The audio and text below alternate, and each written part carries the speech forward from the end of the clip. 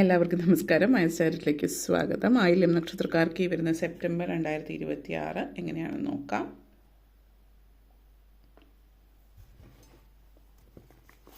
അതിലേക്ക് കടക്കുന്നതിന് മുമ്പ് പ്രൈവറ്റ് കൺസൾട്ടേഷൻ താല്പര്യമുണ്ടെങ്കിൽ ഡീറ്റെയിൽസ് ഡിസ്ക്രിപ്ഷനിലുണ്ട്, നോക്കാവുന്നതാണ്. ആയില്യം നക്ഷത്രക്കാർക്ക് ഈ സെപ്റ്റംബർ 2026 എങ്ങനെയാണ് എന്ന് നമുക്ക് നോക്കാം.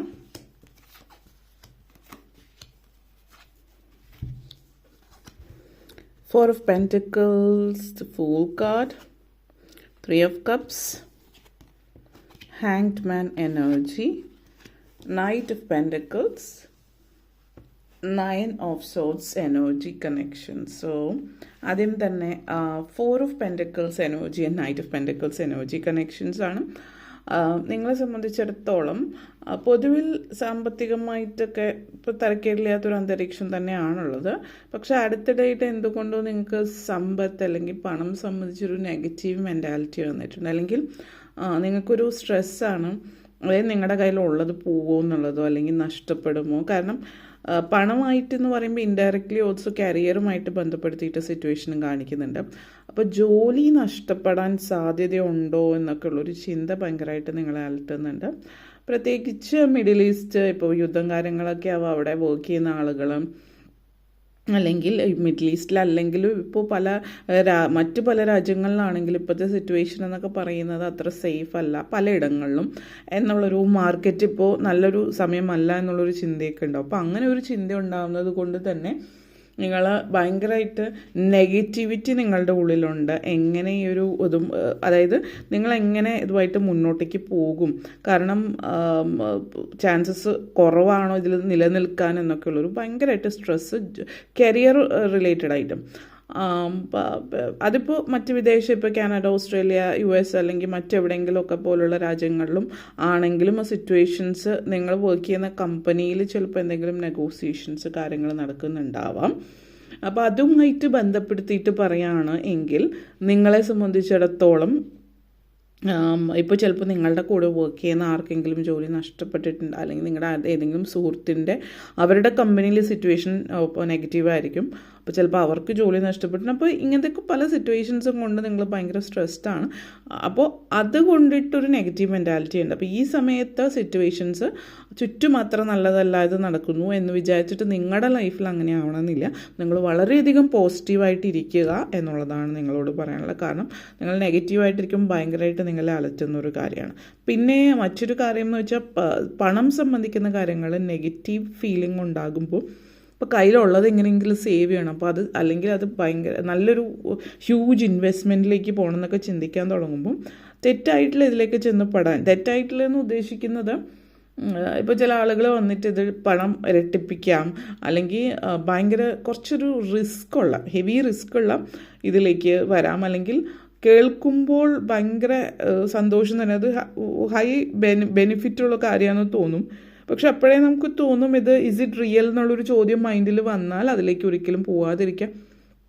അപ്പം അങ്ങനെ ഹെവി റിസ്ക് ഉള്ള കാര്യത്തിലേക്കൊന്നും ഒരു മിനിമം റിസ്ക് അല്ലെങ്കിൽ ഒരു മീഡിയം റിസ്ക് വരെ നഷ്ടപ്പെട്ടു പോയ സേഫ് ആകുന്ന തരത്തിൽ, ഇപ്പോൾ ബാങ്ക് റിലേറ്റഡ് ആയിട്ടുള്ള അല്ലെങ്കിൽ അതുപോലെ നല്ലൊരു ഗവൺമെൻറ് കണക്റ്റഡ് ആയിട്ടുള്ള അല്ലെങ്കിൽ ഗവൺമെൻറ് റിലേറ്റഡ് ആയിട്ടുള്ള എയ്ഡഡ് ആയിട്ടുള്ള അല്ലെങ്കിൽ അങ്ങനെ എന്തെങ്കിലും റിലേറ്റഡ് ആയിട്ടുള്ള സ്ഥാപനങ്ങളുമായിട്ട് ചേർന്നിട്ട് ഉള്ള ഇൻവെസ്റ്റ്മെൻറ്റ് ചെയ്യാം.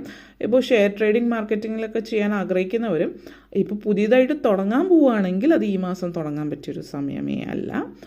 കാരണം ഈ മാസം നിങ്ങളുടെ ഇമോഷണലി നിങ്ങൾ കുറച്ച് വീക്കാണ്, പ്രത്യേകിച്ച് പണം സംബന്ധിക്കുന്ന കാര്യങ്ങളിൽ. അപ്പോൾ അതുകൊണ്ട് തന്നെ നിങ്ങളുടെ തീരുമാനങ്ങൾ അത്ര നല്ല തീരുമാനങ്ങളായിരിക്കില്ല. വലിയ പ്രധാനപ്പെട്ട തീരുമാനങ്ങളൊക്കെ എടുക്കുന്ന ഒരു ടൈമാണെങ്കിൽ അതൊന്ന് നീട്ടി വയ്ക്കാം, അല്ലെങ്കിൽ നേരത്തെ ഓഗസ്റ്റിൽ എടുക്കാം. പക്ഷെ ഇപ്പോൾ ഓൾറെഡി ഓഗസ്റ്റ് തീരാറായി. എന്നിരുന്നാലും നിങ്ങൾ സെപ്റ്റംബർ കഴിഞ്ഞിട്ട് ആ ഒരു തീരുമാനത്തിലേക്ക് പോകുന്നതായിരിക്കും നല്ലത് എന്നുള്ളത് സൂചിപ്പിക്കുന്നുണ്ട്. ചില ആളുകളെ സംബന്ധിച്ച് വീട് വയ്ക്കുന്നതായിട്ട് ബന്ധപ്പെടുന്നത് ഒരു ഹ്യൂജ് ഇൻവെസ്റ്റ്മെൻ്റ് ആണല്ലോ. ഇൻവെസ്റ്റ്മെൻ്റ് അല്ല ഒരിക്കലും വീട് വയ്ക്കുക എന്ന് പറയുന്നത്. നിങ്ങൾ പലരും അതൊരു ഇൻവെസ്റ്റ്മെൻ്റ് ആയിട്ടാണ് കാണുന്നത്. പക്ഷേ ഫിനാൻഷ്യലി പറയുകയാണെങ്കിൽ അതൊരു ഇൻവെസ്റ്റ്മെൻ്റ് അല്ല, പക്ഷേ നിങ്ങളുടെ കയ്യിൽ നിന്ന് ഒത്തിരി പണം ചിലവാക്കുന്ന ഒരു കാര്യമാണ്. അപ്പോൾ അങ്ങനെയുള്ള തീരുമാനങ്ങളും ഒക്കെ എടുക്കാൻ ഒരു മാസം ഒന്ന് നീട്ടി വയ്ക്കുന്നത് നല്ലതായിരിക്കും. അതേപോലെ fool energy and hanged man എനർജിയാണ്. Fool energy and hanged man energy ഒരു സ്ട്രോങ് കണക്ഷൻ ആയിട്ടാണ് കാണിക്കുക. അപ്പോൾ അതെന്താണെന്ന് വെച്ചാൽ, ഒന്ന് നമ്മൾ സ്റ്റക്കാണ്, നമുക്ക് ഒന്നും ആയിട്ടില്ല, കാര്യങ്ങൾ മുന്നോട്ടേക്ക് നീങ്ങുന്നില്ല എന്നൊക്കെയുള്ളൊരു ചിന്തയുണ്ട്. അപ്പോൾ ഈ ഒരു സമയം എന്ന് പറഞ്ഞാൽ പ്ലാനിങ്ങിൻ്റെ ടൈമാണ് എന്നുള്ളതാണ്. കാര്യങ്ങൾ തീരുമാനിക്കുന്ന ഒരു ടൈം, കാര്യങ്ങൾ പ്ലാൻ ചെയ്യുന്ന ഒരു ടൈമാണ്.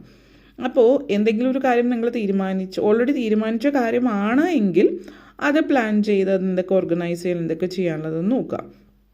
പൊതുവെ ഒന്ന് സ്ലോ ആയിട്ട് കാര്യങ്ങൾ കൊണ്ടുപോകുന്നതായിരിക്കും നല്ലത്.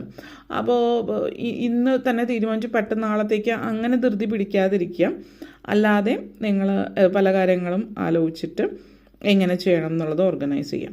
കാരണം ഈ സമയത്ത് കുറച്ച് ഫ്രസ്ട്രേറ്റഡ് ആവും. കാരണം ഒന്നും മുന്നോട്ടേക്ക് നീങ്ങുന്നില്ല, പതുക്കെയാണ് നീങ്ങുക. അപ്പോൾ മുന്നോട്ടേക്ക് നീങ്ങില്ല എന്ന് തോന്നും. പ്രത്യേകിച്ച് ക്ഷമ വളരെ കുറവുള്ളൊരു സമയമാണ്. അപ്പോൾ ക്ഷമയില്ലാത്തതുകൊണ്ട് തന്നെ ഒന്നും കാര്യം നടക്കില്ല. അപ്പോൾ ധൃതി പിടിച്ച് നിങ്ങൾ കാര്യങ്ങൾ നടക്കാത്ത കാര്യങ്ങൾ നിങ്ങൾ ഫോഴ്സ് ചെയ്ത് നടത്തിക്കും. അങ്ങനെ നടക്കുമ്പോൾ വരുന്ന ചില പ്രശ്നങ്ങളുണ്ട്.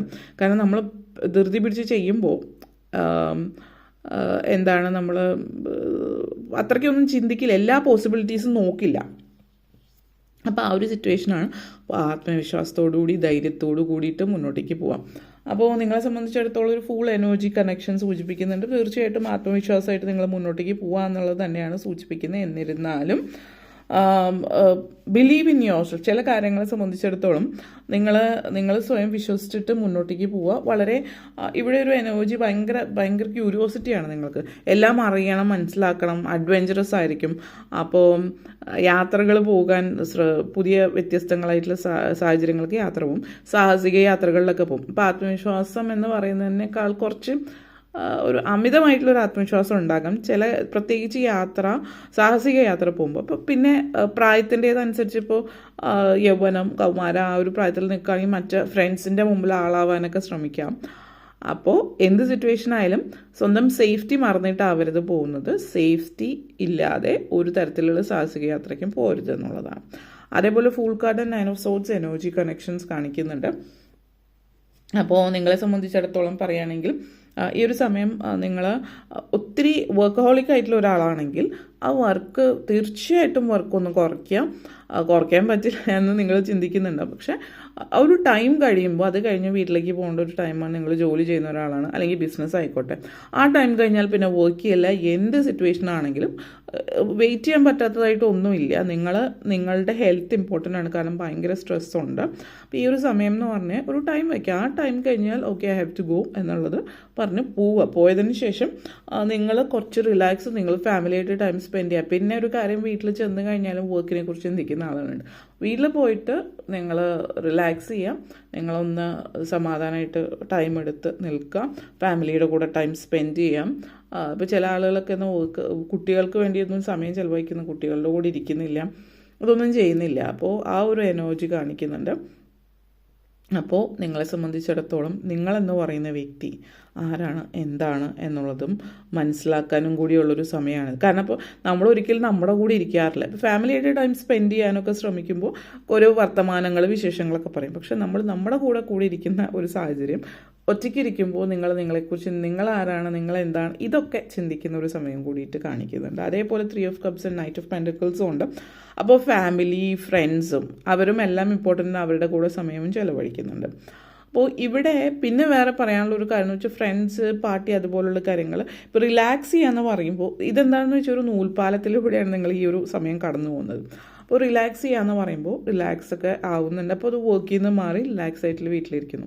അപ്പോൾ ഈ ചില സുഹൃത്തുക്കളോടൊപ്പം പോകുമ്പോൾ പാർട്ടീസ്, കാര്യങ്ങൾ, മദ്യപാനം, അല്ലെങ്കിൽ ഇച്ചിരി ആ ഒരു രീതിയിലുള്ള അത്രയും ആരോഗ്യത്തിന് നല്ലതല്ലാത്ത ചില കാര്യങ്ങൾ. അത് മദ്യപാനം എന്ന് പറയുന്നത് ലിമിറ്റഡ് ഇതിലാണെങ്കിൽ ഓക്കെ.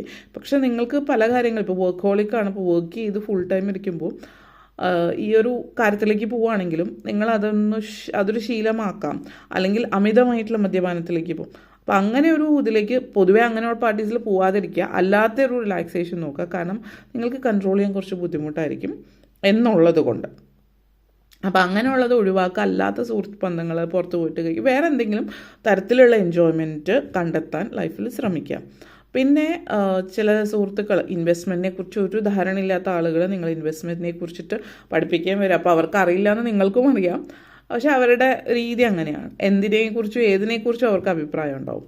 പക്ഷെ അങ്ങനെയുള്ളത് വെറുതെ കേൾക്കുക, അല്ലെങ്കിൽ വേറെ എന്തെങ്കിലും വിഷയം മാറ്റുക, പക്ഷെ അതൊരിക്കലും പ്രാവർത്തികമാക്കാതിരിക്കുക. ഓക്കെ, അപ്പോൾ ഇത്രയും കാര്യങ്ങളാണ് പറയാനുണ്ടായിരുന്നത്. വീഡിയോ ഇഷ്ടപ്പെട്ടുവെങ്കിൽ ലൈക്ക് ചെയ്യാനും ഷെയർ ചെയ്യാനും കമൻറ്റ് ചെയ്യാനും സബ്സ്ക്രൈബ് ചെയ്യാനും മറക്കരുത്. എല്ലാവർക്കും നന്ദി, നമസ്കാരം.